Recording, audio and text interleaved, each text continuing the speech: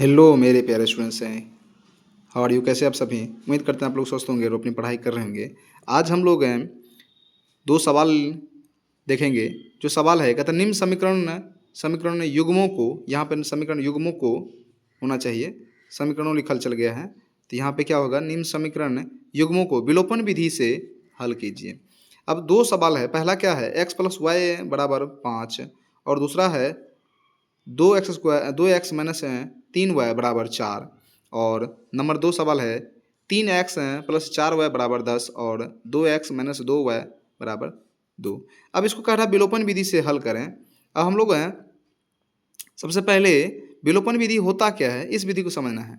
विलोपन विधि में है क्या, सिंपली बात यह है कि विलोपन विधि में जो है हम लोग इन दो चरों में से यानी दो समीकरणों में से पहले समीकरण 1 मानेंगे पहले और समीकरण 2 मान लेंगे। अब समीकरण 1 और 2 में से किसी एक चर के गुणांक को बराबर करेंगे और उस गुणांक को बराबर करने के बाद जो है हमको क्या करना है, एक चर को काटना है और चाहे वो x को काटिए या फिर y को। अगर x को काटेंगे तो x के गुणांक को बराबर करेंगे, जैसे यहाँ पे 2, यहाँ पे नहीं कुछ 1 है, यहाँ पे 2 है, इन दोनों गुणांक को हमको बराबर करना है। ठीक है, और अगर चिन्ह बराबर है तो हम लोग क्या कर देंगे, माइनस करेंगे, समीकरण 1 माइनस 2 करेंगे, या फिर अगर चिन्ह अलग अलग है तो समीकरण 1 प्लस 2 कर देंगे। ठीक है, अगर हम लोग y काटेंगे तो y के हम लोग को जो गुणांक सबसे पहले इक्वल करना होगा। तो गुणांक कितना, यहाँ पे नहीं कुछ 1 है, यहाँ पे 3 है, तो अब हमको क्या करना है, यहाँ पे 3 लाना होगा, यहाँ पे 1 लाना होगा। ऐसे में दोनों गुणांक को बराबर करेंगे।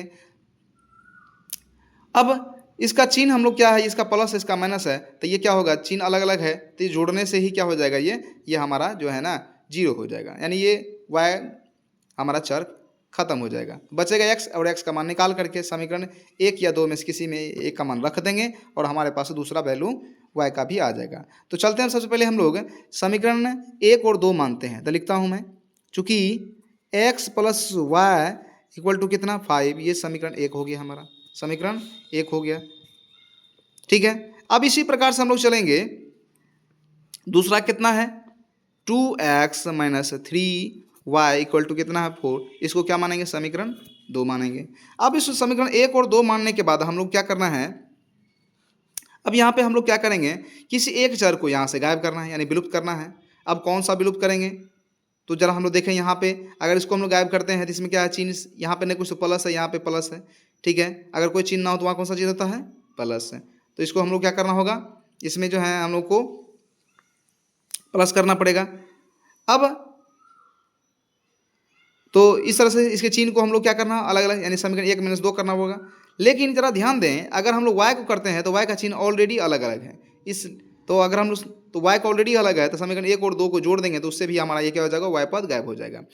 अब अगर y को हम लोग करते हैं तो हम लोग को y के गुणांक को बराबर करना पड़ेगा। तो गुणांक कितने हैं, यहाँ पे 3 है, यहाँ पे नहीं कुछ तो 1 है, तो 1 और 3 का हम लोग LCM लेंगे। क्या लेंगे हम लोग, 1 और 3 का LCM यानी लॉसो लेंगे। तो लॉसो कितना हो जाएगा, 1 और 3 का लॉसो। तो देखिए 1 और 3 का लॉसो क्या होगा, LCM नहीं आएगा तो क्या हो जाएगा, मल्टीप्लाई हो जाएगा, यानी कितना हो गया, LCM 3 हो गया। तो ऐसे में 3 का मतलब हुआ कि यहाँ भी 3 लाना हुआ है पर, और यहाँ पर y तो 3 में है ही, इसलिए तो अब हम क्या करना होगा, समीकरण 2 में 3 है ही, हमको समीकरण 1 में 3 लाना है। तो कैसे आएगा ये, अब समीकरण 1 में x भी और y दोनों जुटा हुआ है और बराबर इक्वल टू 5 है, तो ऐसे में क्या करना, y बिंदु के लिए गुना नहीं करेंगे हम लोग, तो ऐसे में क्या करना होगा, पूरे समीकरण में 3 से गुना करना पड़ेगा, तभी जा करके वो x में y में गुना हो जाएगा। तो लिखता हूँ मैं, समीकरण 1 मल्टीप्लाई कितना करना होगा, 3, क्यों, क्योंकि एलसीएम 3 हुआ, इसलिए इस गुणांक को बराबर करना है। तो समीकरण 1 में 3 से गुना करेंगे और समीकरण और चिन्ह देखिए दोनों का क्या है, अलग अलग ऑलरेडी है, इसलिए समीकरण 1 का प्लस 2 कर देंगे, समीकरण 1 का प्लस 2 कर देंगे, तो प्लस कितना हो जाएगा 2 से। अब चलते हैं हम लोग, तो समीकरण 1 कितने हैं, x प्लस वाई है, तो x में 3 से गुना हो जाएगा, कितना हो जाएगा 3x प्लस y है, तो y में कितना से गुना हो जाएगा, यानी सब में 3 से गुना करेंगे तो 3y इक्वल टू कितना है 5, तो कितना हो जाएगा 15। अब हम लोग इसको करेंगे, अब समीकरण 2 में तो गुना करना नहीं है, तो 2 का जितना है सब लिखेंगे, तो कितना है 2x minus 3y equal to कितना है 4। अब हम लोग क्या करना है, जोड़ना है, तो जोड़ देते हैं। अब जोड़ेंगे कितना हो जाएगा, ये सबसे पहले यहाँ पे y पद क्या होगा, ये 3 प्लस में है 3 माइनस में है। ठीक है, अब जोड़ेंगे तो क्या करें, हम जोड़ने आए लेकिन ये दोनों घट जाएगा, चिन्ह अलग अलग है, घटेगा, तो 3y में से 3y घट जाए, कितना 0 बचा। अब बच गया, ये तो गायब हो गया। अब बचा y x वाले, तो x वाले क्या हो जाएगा 3y प्लस 2y कितना होगा, एड करके कितना होगा 5x है, क्योंकि y पद गायब हो गया इसलिए इधर दबा के लिख देंगे।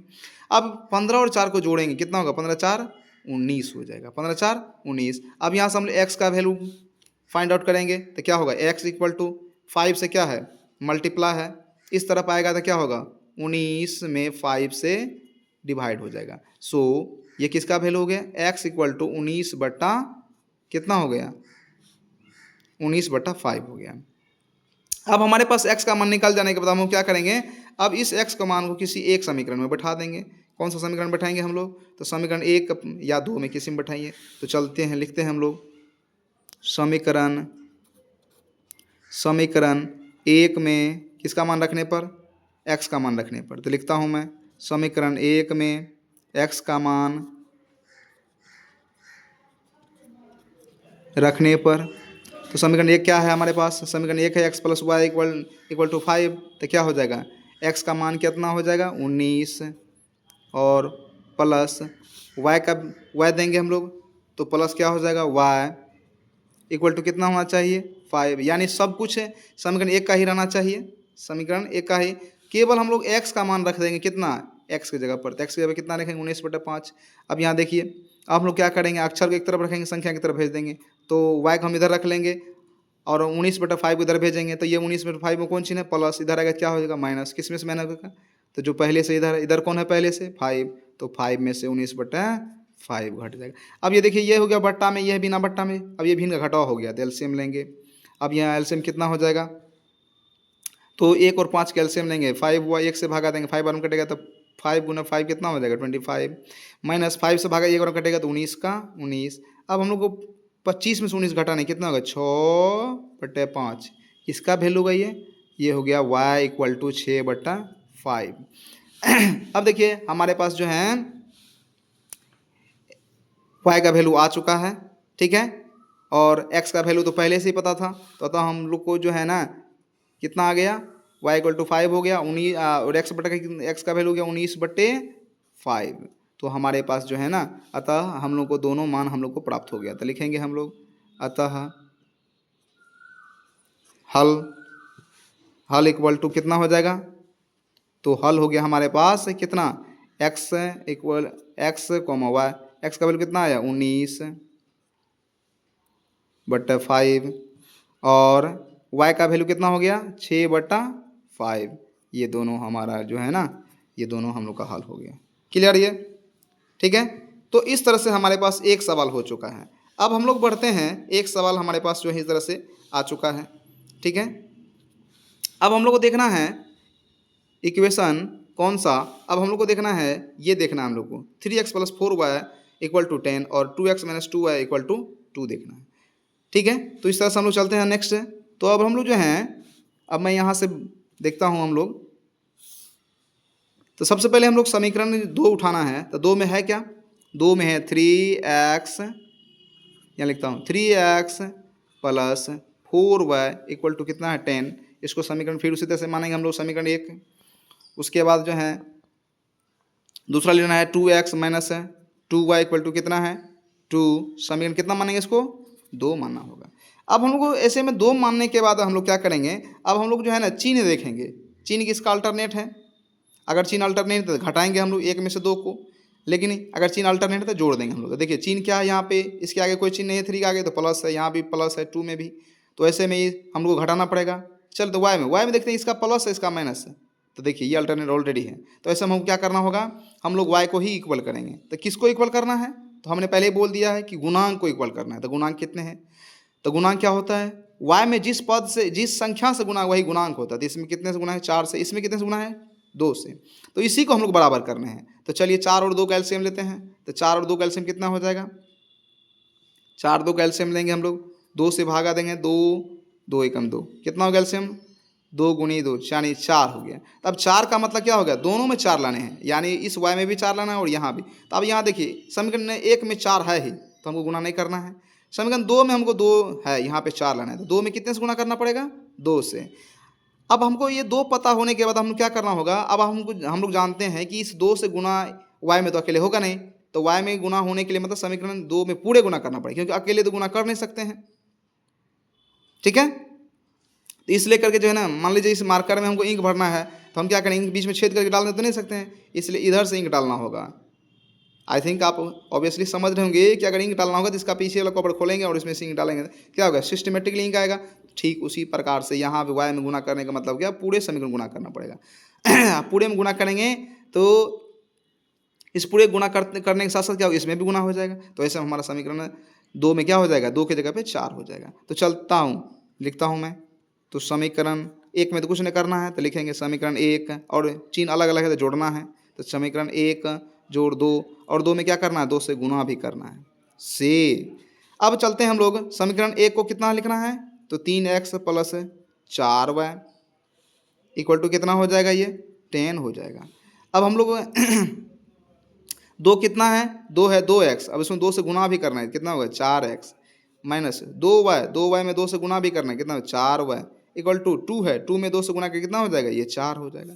अब हम लोग देखें, हम लोग अब यहाँ देखिए, अब यहाँ 4y प्लस में 4y माइनस में, ये क्या होगा, घट के 0 हो जाएगा। तो चलिए ये पल 0 हो गया। अब बचा x वाले इधर दबा के लिखेंगे, तो जोड़ना है हम लोग को। तो 4 3 कितना हो जाएगा 7x, इधर क्या होगा 10 4 14। अब हम लोग लिखेंगे x इक्वल टू, अब x से बराबर निकालेंगे तो 7 से गुना है, इस तरफ आएगा तो क्या होगा, भाग हो जाएगा। तो 7 से भाग देते हैं हम लोग, 2 आया, तो किसका वैल्यू हो गया 2, x इक्वल टू 2। अब हम लोग को x का वैल्यू जब निकल गया, तो अब इसी x का वैल्यू को रख करके क्या करना होगा, y का मान निकालना, जैसा कि आप इस समीकरण में देख चुके हैं। ठीक है, अगर समझ में नहीं आया तो वीडियो को बैक करके आप अच्छे से इसको समझ लें। अब चलते हैं हम लोग, इस x का मान समीकरण किसी एक समीकरण में रखना है। तो समीकरण हमारे पास 2 ही है, 1 और 2, किसी में रखते हैं हम लोग। तो लिखता हूँ समीकरण 1 में, समीकरण 1 में ही रख देता हूँ मैं। समीकरण 1 में x का मान क्या करने पर, रखने पर समीकरण 1 कितना है, 3x प्लस 4y बराबर 10। तो हम लोग रखेंगे तो क्या हो जाएगा, 3 गुना x है, x पे कितना रखना है 2, तो x तो नहीं देना होगा, 2 देना होगा, तभी तो मान होगा इसका ना, प्लस 4y इक्वल टू कितना है 10। अब देखिए हम लोग गुना करें, ये तो संख्या गुना तो हो जाएगा, तो 3 दूनी कितने होगा 6 प्लस 4y इक्वल टू कितना हो गया 10। अब हम लोग इसको कैलकुलेट करेंगे तो कितने हो जाएगा, ये हमारे पास हो जाएगा 4y को अक्षर वाले इधर रख लेंगे, संख्या वाले उधर भेजेंगे। तो संख्या में 6 है, 6 इधर आएगा तो क्या हो जाएगा, 10 में से 6 इधर, 6 प्लस में है, यहाँ पे नहीं कोई चिन्ह, प्लस है, इधर आएगा तो क्या हो जाएगा माइनस हो जाएगा। तो माइनस होगा किस में से, तो जो पहले से है, इस तरफ कौन है पहले से 10, तो उसमें से माइनस हो गया। और इधर कितना होगा 4y इक्वल टू 10 में से 6 जाए कितना होगा 4। ठीक है, अब यहाँ से हम लोग इसको कैलकुलेट करें तो 4y इक्वल टू कितना हो गया 4 हो गया। अब हम लोग यहाँ से हम लोग लिखते हैं y बराबर, अब y में देखिए 4 से गुना है, तो इस तरफ आके क्या होगा भाग हो जाए, किस में भाग होगा, फिर वही बात है, जो उस तरफ है उस तरफ कौन है 4, तब 4 में 4 से भाग हो जाए, तो हमारे पास फाइनली कितना होगा y इक्वल टू 1 हो गया। ठीक है, अब देखिए y का भी वैल्यू आ चुका है और x का वैल्यू हम लोग को भी मालूम है पहले से, तो क्या लिखेंगे, अतः दत्त समीकरण युग्म का, क्या लिखना है, दत्त समीकरण युग्म का हल बराबर x, y equal to, x का कितने आया, तो x का आया 2, y कितना आया 1, तो लिखेंगे x की जगह पे x का मान देंगे, तो x की जगह पे 2, y का मान कितना हो गया 1, तो y की जगह 1 लिखेंगे, आंसर हो गया। तो इस तरह से हम लोग का जो है ना, ये 2 क्वेश्चंस जो है समीकरण युग्मों को विलोपन विधि से हल करें। तो उम्मीद करते हैं ये वीडियो आपके लिए अच्छे समझ में आ गया होगा। और अगर आप चैनल पर नए हैं तो चैनल को सब्सक्राइब करेंगे, और वीडियो को लाइक नहीं किए हैं तो लाइक करेंगे, और इस वीडियो को उन बच्चों तक भी शेयर करें जिन बच्चों को मैथ में किसी तरह का दिक्कत है, और ख़ास करके विलोपन विधि से।